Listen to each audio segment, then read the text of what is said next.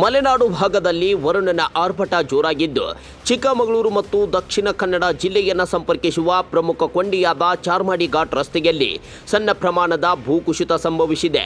ಸದ್ಯಕ್ಕೆ ವಾಹನ ಸಂಚಾರ ಎಂದಿನಂತೆ ಮುಂದುವರೆದಿದ್ದು ಯಾವುದೇ ದೊಡ್ಡ ಮಟ್ಟದ ಅಡಚಣೆ ಉಂಟಾಗಿಲ್ಲ.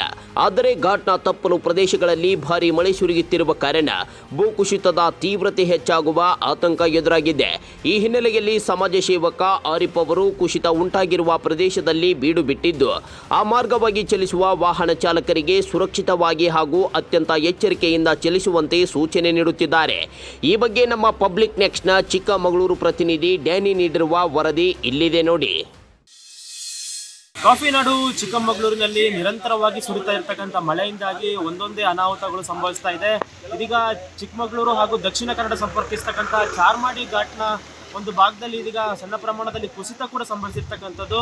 ನಾವೀಗ ಸ್ಥಳದಲ್ಲಿದ್ದೀವಿ. ನೀವು ಈ ದೃಶ್ಯಾವಳಿಗಳಲ್ಲಿ ನೋಡ್ತಾ ಇರ್ಬೋದು. ಏನು ಕಳೆದ 3 ದಿವಸಗಳಿಂದ ನಿರಂತರವಾಗಿ ಮಳೆ ಸುರಿತಾ ಇದೆ. ಇದರ ಪರಿಣಾಮವಾಗಿ ಚಾರ್ಮಾಡಿ ಭಾಗದಲ್ಲಿ ಇದೀಗ ಕುಸಿತ ಆರಂಭ ಆಗಿರ್ತಕ್ಕಂಥದ್ದು. ಸದ್ಯದ ಮಟ್ಟಿಗೆ ರಸ್ತೆ ಸಂಪರ್ಕಕ್ಕೆ ಯಾವುದೇ ಸಮಸ್ಯೆ ಇಲ್ಲ. ಆದರೆ ದಕ್ಷಿಣ ಕನ್ನಡ ಹಾಗೂ ಚಿಕ್ಕಮಗಳೂರನ್ನ ಸಂಪರ್ಕಿಸ್ತಕ್ಕಂಥ ಏಕೈಕ ಘಾಟ್ ಇದಾಗಿರೋದ್ರಿಂದ ಸಹಜವಾಗಿ ವಾಹನ ಸವಾರರಲ್ಲಿ ಆತಂಕ ಆಗ್ತಾ ಇದೆ. ಯಾಕಂತ ಹೇಳಿದ್ರೆ ಕಳೆದ 2 ವರ್ಷಗಳ ಹಿಂದೆ ಭಾರಿ ಪ್ರಮಾಣದಲ್ಲಿ ಚಾರ್ಮಾಡಿ ಘಾಟ್ ಪದೇ ಪದೇ ಕುಸಿತ ಇತ್ತು. ಆದರೆ ಈ ಬಾರಿ ಕೂಡ ಈಗ ಆರಂಭದಲ್ಲೇ ಮಳೆ ಮುನಿಸಿಕೊಂಡಿತ್ತು. ಆದರೆ ಜುಲೈ ತಿಂಗಳಲ್ಲಿ ಧಾರಾಕಾರವಾಗಿ ಮಳೆ ಸುರಿತಾ ಇರೋದ್ರಿಂದ ಈಗ ಆರಂಭದಲ್ಲೇ ಇದು ಚಾರ್ಮಾಡಿ ಘಾಟ್ನಲ್ಲಿ ಸಣ್ಣ ಪ್ರಮಾಣದ ಕುಸಿತ ಸಂಭವಿಸ್ತಾ ಇದೆ. ಅದರ ಜೊತೆಗೆ ಏನು ಮೂಡಿಗೆರೆ ಭಾಗದಲ್ಲೂ ಕೂಡ ಧಾರಾಕಾರವಾಗಿ ಮಳೆ ಆಗ್ತಾ ಇರೋದ್ರಿಂದ ಏನು ಈ ಚಾರ್ಮಾಡಿ ತಪ್ಪಲಲ್ಲೂ ಕೂಡ ಮರಗಳು ಕೂಡ ಧರೆಗೆ ಉಳ್ತಕ್ಕಂತಹ ಒಂದು ಪರಿಸ್ಥಿತಿ ಇರ್ತಕ್ಕಂಥದ್ದು. ಇದರ ಜೊತೆಗೆ ಏನು ದಕ್ಷಿಣ ಕನ್ನಡ ಹಾಗೂ ಉಡುಪಿ ಜಿಲ್ಲೆಗಳಿಗೆ ಪ್ರಮುಖ ಸಂಪರ್ಕ ಕೊಂಡಿ ಹಾಗೂ ಪ್ರತಿನಿತ್ಯ ವಾಣಿಜ್ಯ ಉದ್ದೇಶಕ್ಕೋಸ್ಕರ ಚಾರ್ಮಾಡಿ ಘಾಟಿಯನ್ನ ಸಾವಿರಾರು ವಾಹನಗಳು ಈ ರಸ್ತೆಯನ್ನು ಬಳಸ್ತಾರೆ. ಆದರೆ ಈಗ ಜುಲೈನ ಆರಂಭದಲ್ಲೇ ಈ ಪ್ರಮಾಣದ ಕುಸಿತ ಇದೀಗ ಸಾಕಷ್ಟು ಒಂದು ವಾಹನ ಸವಾರರಲ್ಲಿ ಸಹಜವಾಗಿ ಆತಂಕವನ್ನು ಸೃಷ್ಟಿ ಮಾಡಿರ್ತಕ್ಕಂಥದ್ದು.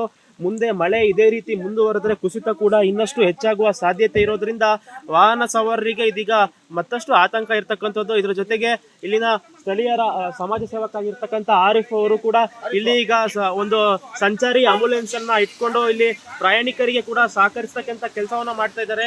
ಈ ಬಗ್ಗೆ ಮಾತಾಡಿಸ್ಲಿಕ್ಕೆ ಆರಿಫ್ ಅವರು ನಮ್ಮ ಜೊತೆ ಇದ್ದಾರೆ. ಸರ್, ಈಗ ನೀವು ಇಲ್ಲಿ ಯಾವ ರೀತಿಯಾದಂತಹ ಸರ್ವಿಸ್ ಕೊಡ್ತಾ ಇದ್ದೀರಾ?